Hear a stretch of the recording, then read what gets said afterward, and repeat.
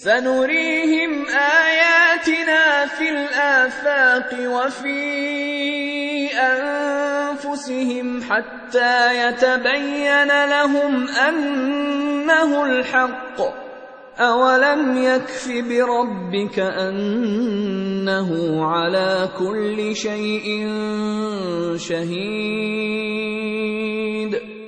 We will show them our signs in the horizons and within themselves until it becomes clear to them that it is the truth. But is it not sufficient concerning your Lord that He is over all things a witness?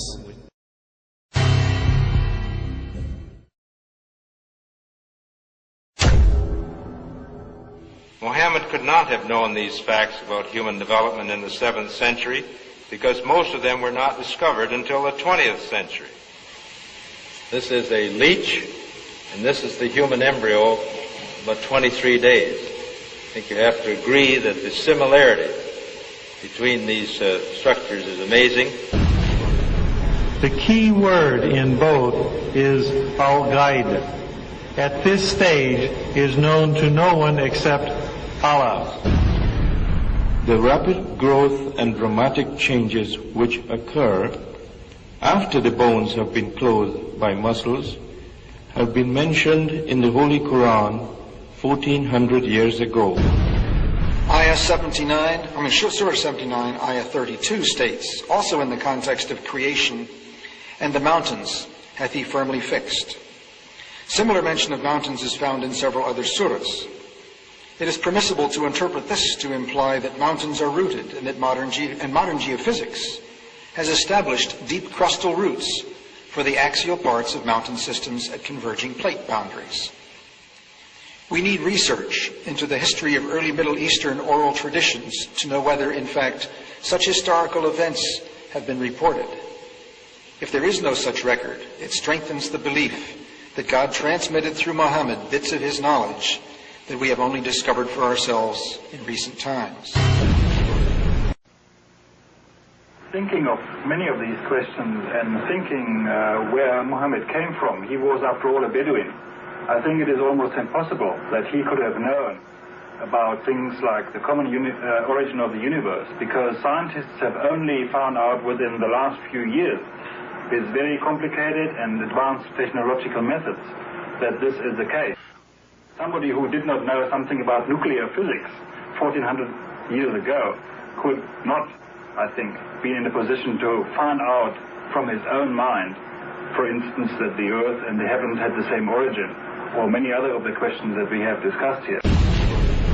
I find it very interesting that this sort of information is in the ancient scriptures of the Holy Quran, and I have no way of knowing where they would come from, but I think it is extremely interesting that they are there and that this work is going on to discover the meaning of some of the passages.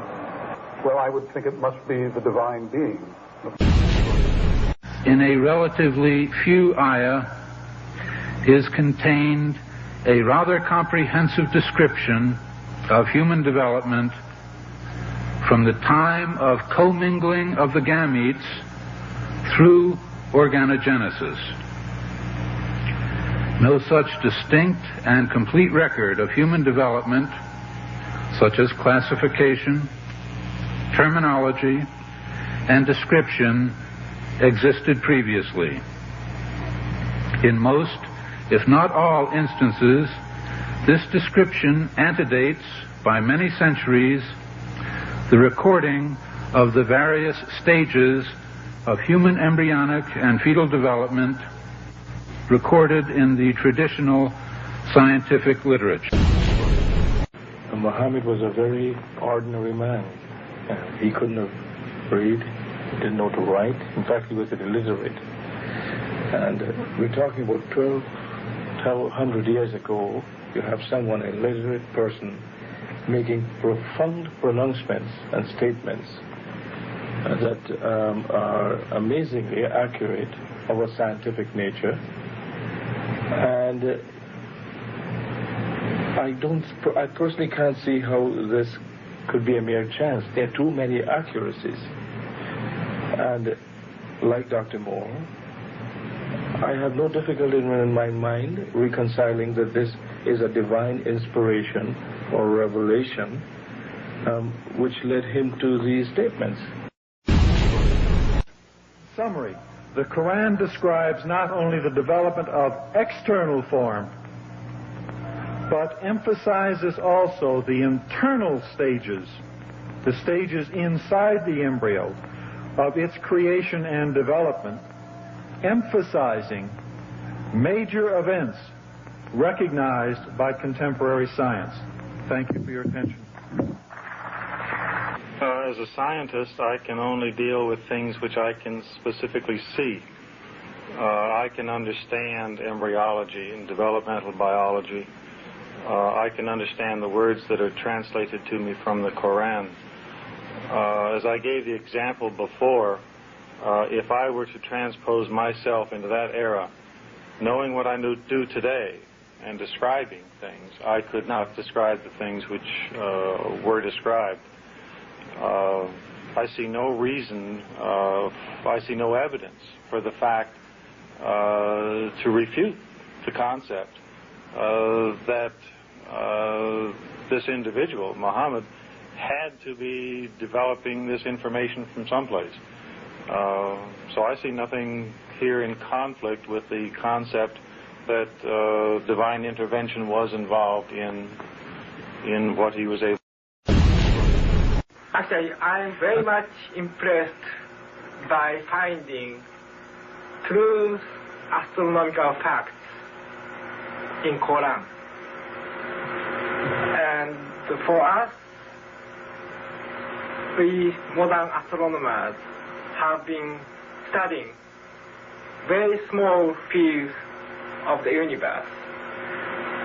We concentrated our efforts for understanding of very small parts, because by using telescope we can see only a very few parts of the sky without thinking whole the universe.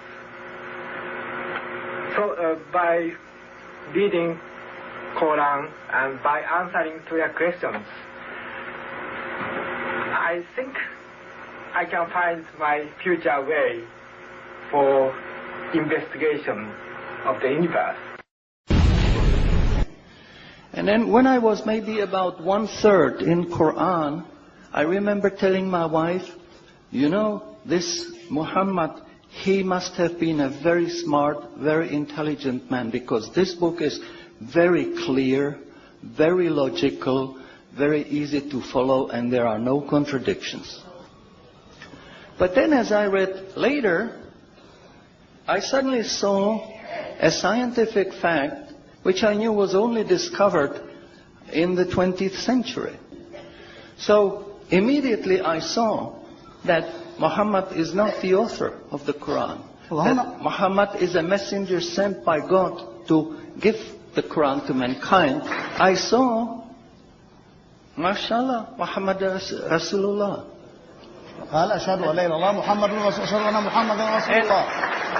So I said, mashallah, I'm a Muslim. It is a great pleasure and honor for me to introduce to you an eminent scientist and a scholar of Quran, Dr. Maurice Bucaille, pronounced as Maurice Bucaille. Am I right, doctor? Doesn't matter. Okay. Is a native of France. He is a medical doctor, and his specialty is surgery. Ladies and gentlemen, Assalamu alaikum. There is no human work prior to modern times that contains statements which were equally in advance of the state of knowledge at the time they appeared, and which might be compared to the Quran. 1,400 years ago, when the world was immersed in darkness, the Quran was revealed, which brought light to a beleaguered world. And whereas the earlier books came with many scientific mistakes, due to the hand of man having delved into them, the Qur'an had none of these contradictions. The world thought there could be no reconciliation between religion and science. But the Qur'an mentioned many scientific facts in great detail, like how a human being developed in the mother's womb, and described other scientific facts which amaze the world's renowned scientists and scientific community.